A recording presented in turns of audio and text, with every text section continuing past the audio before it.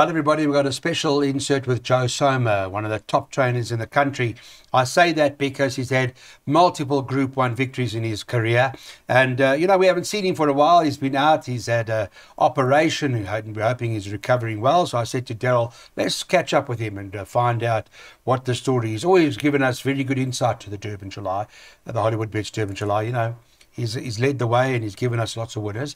And so it'll be good to have him with us here. Absolutely. It's time to pick his brain, Clyde. And, you know, you can't buy experience. Absolutely. So I look forward to this discussion with Joe.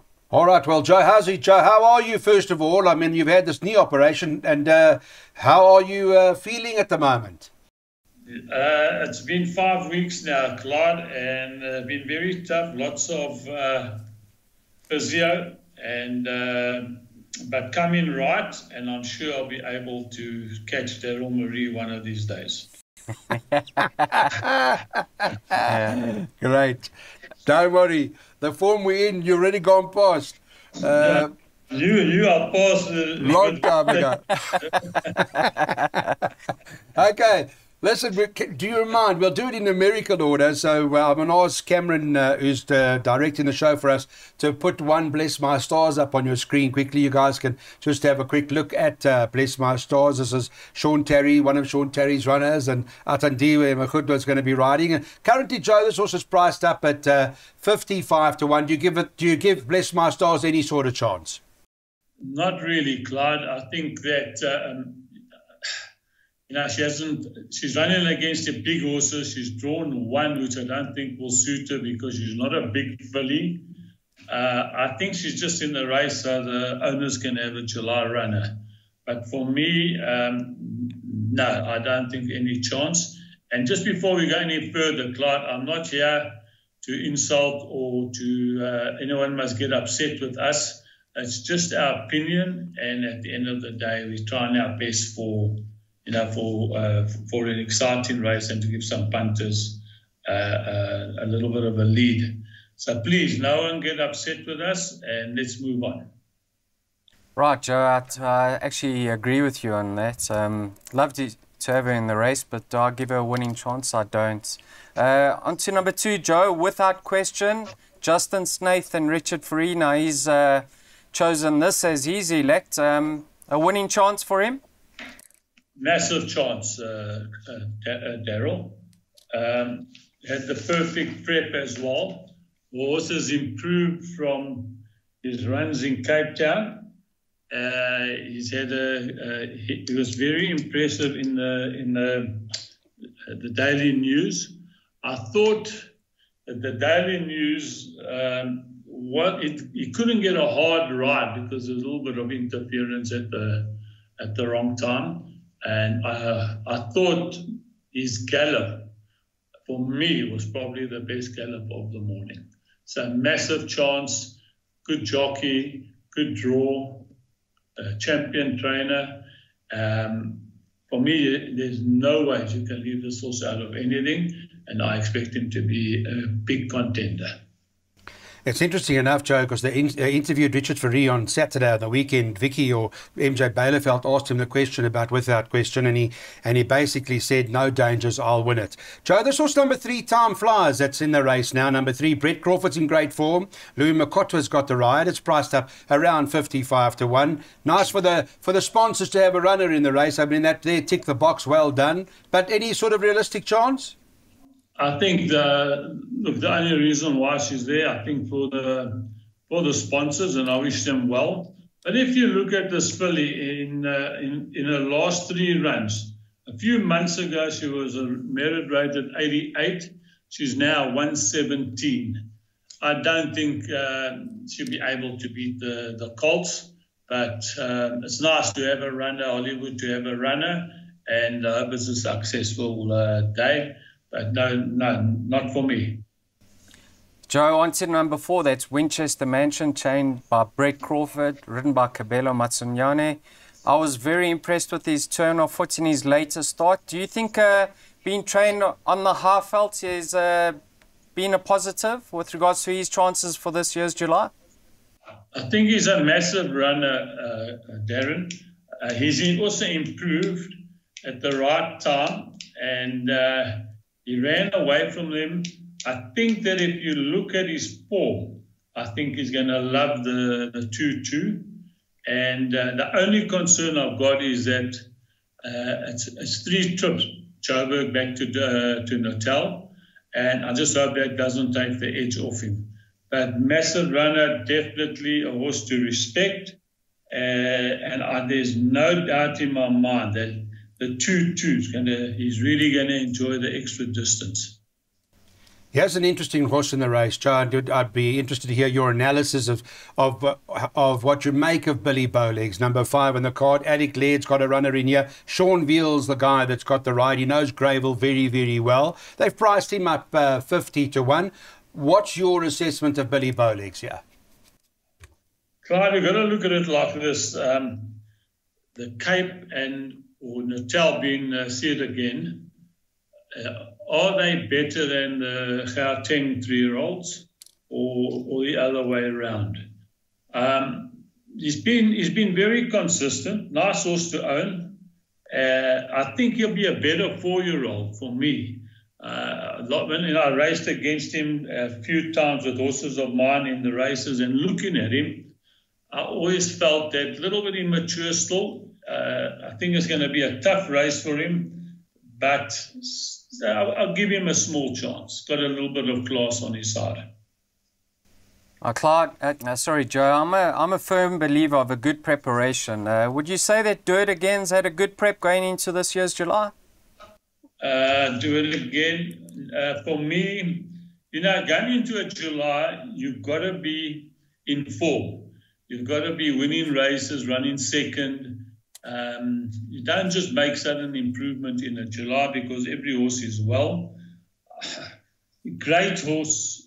It'd be lovely to see him run a good race again. But I think he's here also just to break the record of Gondolier, who had X amount of, I think this horse is having six run and Gondolier had 5 runs. Not a bad gallop. You can't rule him out because he's such a great horse. I think one of the great horses to win 2 Julys and his record. But the heart's hoping that he runs a great race, but on form, the brain's telling me not this year. Yeah, and you're right, Jay. Such a lovely horse. So they say no 8-year-old has won the July. Well, let's see if he can make history again. Well, now let's talk about 7. See it again. Talk about the family a bit. Yeah, Michael Roberts in the training. There's also history to be made there as well. And Pierre Stradum, we know how great he is in terms of when he turns it on. On a big race, temperament type horse or race, you want a guy like that on. He's a 3-year-old. He's done everything right. He's got the 56.5 to carry. He does appear to be very talented, this horse. Is he in your top 2 or top 3? Your top 2, Clyde. Just look at him as a specimen. If you just look at that photograph as a specimen, everything's there. It's just too beautiful. Since they've gone ground with him, he's done absolutely nothing wrong. He's actually done nothing wrong throughout his career. Once again, the only negative, 56.5 3-year-old. It's tough, but I don't think it's such a great quality field like Dynasty had. I think 55.5. Good draw, great jockey, great trainer. History could be made again. I like this horse very, very much. I think everything's in his favour, except a little bit of has he got too much weight or not. Definitely first 2. On to number 8, Joe. Silver Darling, Justin Snaith and JP van der Merwe. I mean, JP's strike rate for Justin's been outstanding. Now, obviously, she forms part of that Woolhavington form line, the same as Time Flies, who you weren't very bullish on. The same can be said about her? Yeah, I think she's had her chances. A very difficult race for a filly this year because, I say, it's improved, been very consistent. I've just got a feeling she's there for a reason, either to make the pace or whatever. But she's there for some kind of reason, but I don't think she's got much of a chance. All right, Joe, let's move on to the next one. We want to chat to you about Son of Raj. We know that Son of Raj has been to Greyville, has won at Greyville. We know we saw his effort ultimately in the Derby trial. And he's run in the likes or company of Billy Bowlegs, and he beat him. What claim? Where are we in quartets or no chance? The stable thinks he's a big runner. I'm looking at the betting, and I think he's been backed from about 33 to 1 down to 10 to 1 or 11 to 1. Once again, he probably was a bit green and didn't know where he was in the daily news. So I think you can put a line through that run. But also, once again, whatever I said about Billy Bowlegs, I'll say about Son of Raj. I'll be a bit surprised if he wins, but in saying that, maybe add him in the back end of quartets. But got a squeak of a chance. Number 10, Joe, Dave the King, Mark de Kock and Craig Zacchia. I mean, the question on everybody's lips is, will he get the 2200? What are your thoughts? I always believe if you get 2,000, you'll get 2-2. It's just a matter of how for him, the pace is the key in the race.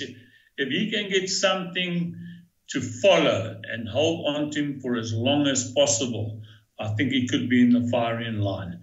It's very difficult for a horse to win a 1,200 and then run third in a 1,600, the Guineas, and then run second in the Daily News. Just shows you how much class he's got. Beautiful looking horse. The only thing that's worrying me a little bit here, chaps, is I thought he put up a tremendous gallop against Safe Passage. But if you look at the betting, I can't believe that Safe Passage is that price and Dave the King is around 14, 16 to 1. So I just can't work it out, but I do believe that the Daily News form is going to hold up, so I'll give him a massive chance as well.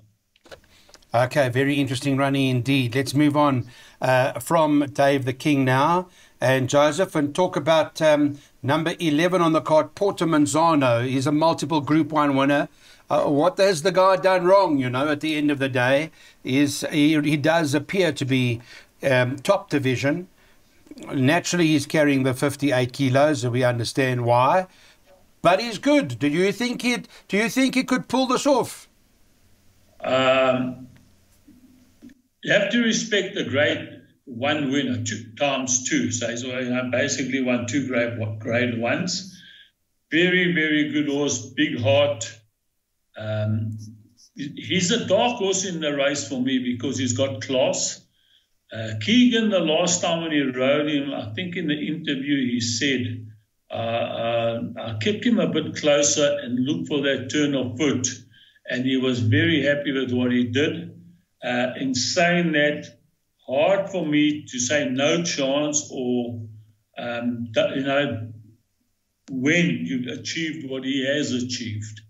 So for me, definitely big chance. I think a big price, a lot of class about him. And even though he's been to Greyville last year, didn't act. But I think he'll be a better horse this year and might run into the money. Part 2 of our segment in discussion with Joe Soma. It's great to have him on the channel, and we're talking now about number 12, Percaya. Justin Snape's got a number of horses in the race. They're going in there with a very powerful hand. Grant van Niekerk. This horse has got a good turn of foot on him. Massive runner as well, Clyde. If you look at the dam, it was a horse, a filly called Mare to now, but a filly called Ash Cloud, who won the SA Oaks when it was a Grade 1 race. If you look at his form, he's never been over or further than 1,800 meters. And I believe that this is one horse that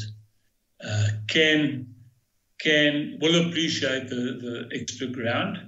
I thought he was very, very impressive when he beat Winchester Mansion, but And I can't believe people are tipping me Winchester, which I say has got a chance. But this was beat him and is, I think, 2.5 kilos better off. So for me, massive runner. I think he's improving all the time. I would definitely put him in my play. Just got a feeling that that extra ground is going to be the main reason and might suit him greatly. Right, Joe, on to number 13. Second base, Robin Klaasen and Chase Marjan. Now, here's a horse you'll know extremely well. I mean, he's locked horns with the likes of Red Saxon and got the green light. What do you make of his chances? Look, he's always been a nice, consistent horse as a young horse. He went off maybe as a 4 and 5 year old. Shocked. I think we were all shocked, short-haired in the premiers. So the improvement is there. I don't think he can win this race. My personal opinion, but he's come into form, but not enough for me. I think these horses like Billy Bowlegs, who I haven't said I fancy, too close to him. So I really don't think that Saturday will be his day. Joe, let's talk about Safe Passage, because he's an interesting runner. He won the Daily News last year. He ran, of course, behind his stable companion in the July. He got touched off in the Betway Summer Cup. His last run in the Gold Challenge, he was beaten, 4 lengths by Charles Dickens. What's your impression of him? We know he's got the ability. It won't be a surprise to see him win the July at the end of the day. But what's your take on him? Clive, like I said, he never galloped well, and he's gone off. His last 3 runs haven't been up to scratch, which is unusual for the cock horse. Yet, betting-wise, he's second favourite. So, once again, they know something. I think that, Mike can turn a horse around in a couple of weeks. He's prepped this horse for the July, there's no doubt. Great jockey on. I don't think you can get better than that. Obviously he'll do his homework and probably walk the track and do whatever else. But I just got a feeling, I don't know, I haven't heard anything, it's just a feeling from me that if you put blinkers on this horse or something like that, I think you'll see the true Safe Passage. Gallop puts me off. That's the only thing that puts me off. But everything else, big chance. On to number 15, Rascalia and Vaughan Marshall and Pierre Cornet offer, Joe. Encouraging comeback run in the WSB 1900 where he gave weight to Percaya and Winchester Mansion. Then in the Gold Challenge, that was over a mile, a distance possibly short of his best. Any chance here? I look at his rating and I'll try and work it out how he got the rating through running places in the big ones. He's never won a big one. 57.5 to give 3-year-olds 4 kilos or so. I think he's got it all to do.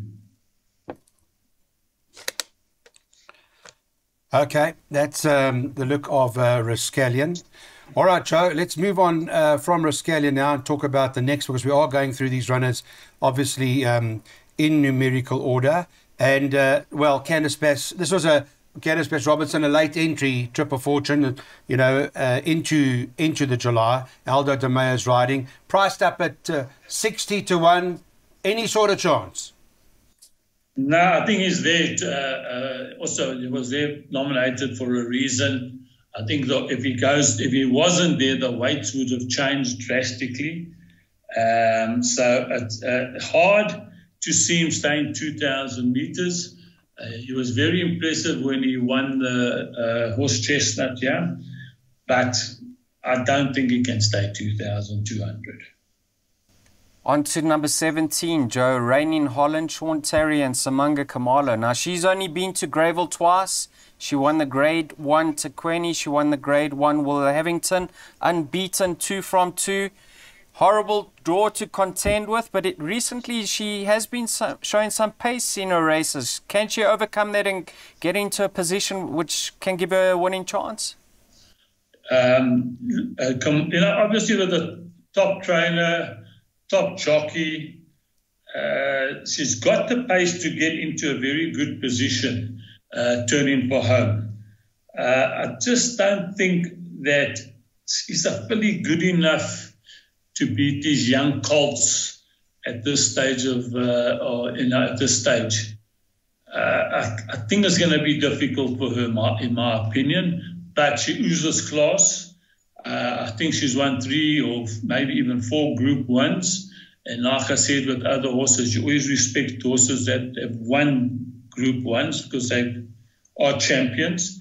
So I'm going to add her in my quartets and pick 6s because she's got class and top jockey, top trainer.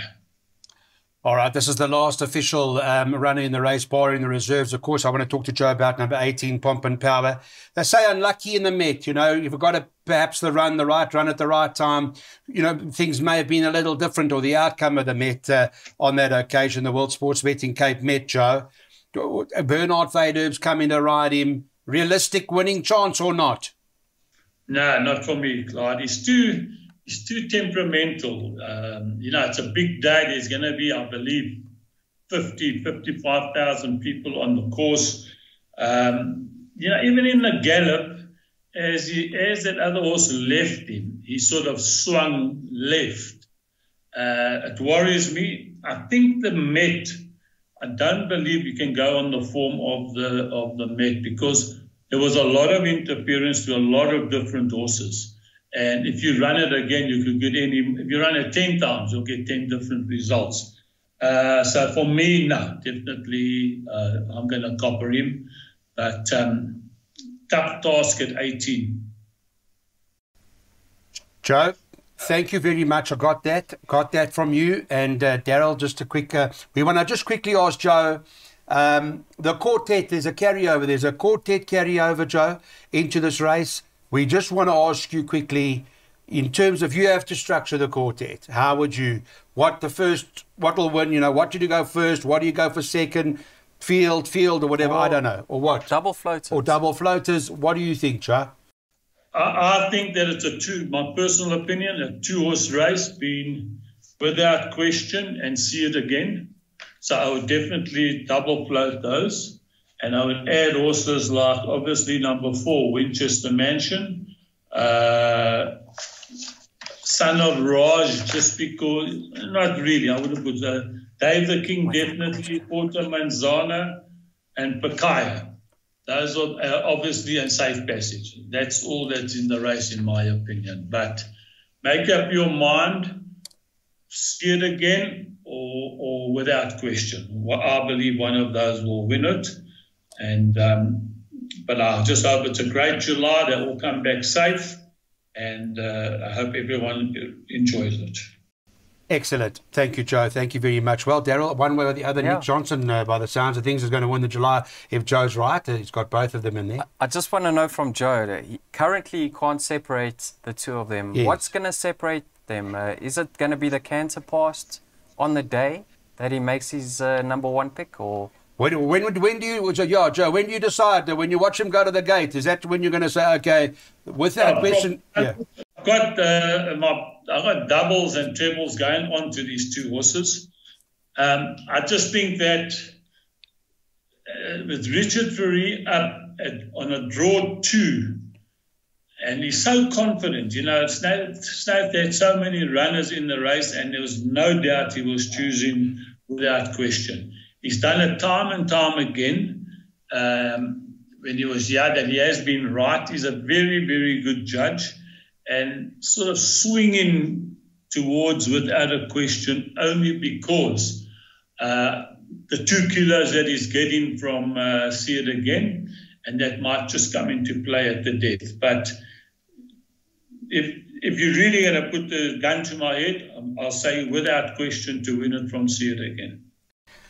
Joseph goes without question in saying, see it again in the Durban July. I think, Daryl, in terms of another great July anyway, we're looking forward to it, Dan. Thank you very much for your time. And without question, what Joe's forgotten in this game, not many will learn. So No question. We're taking it seriously, so that's the plan. Thank you, everybody. We really do appreciate it. Thank you, Joseph. Get well. Look forward to seeing you at the races. Thanks, everybody. Hope that helps you and guides you now into the winning queue.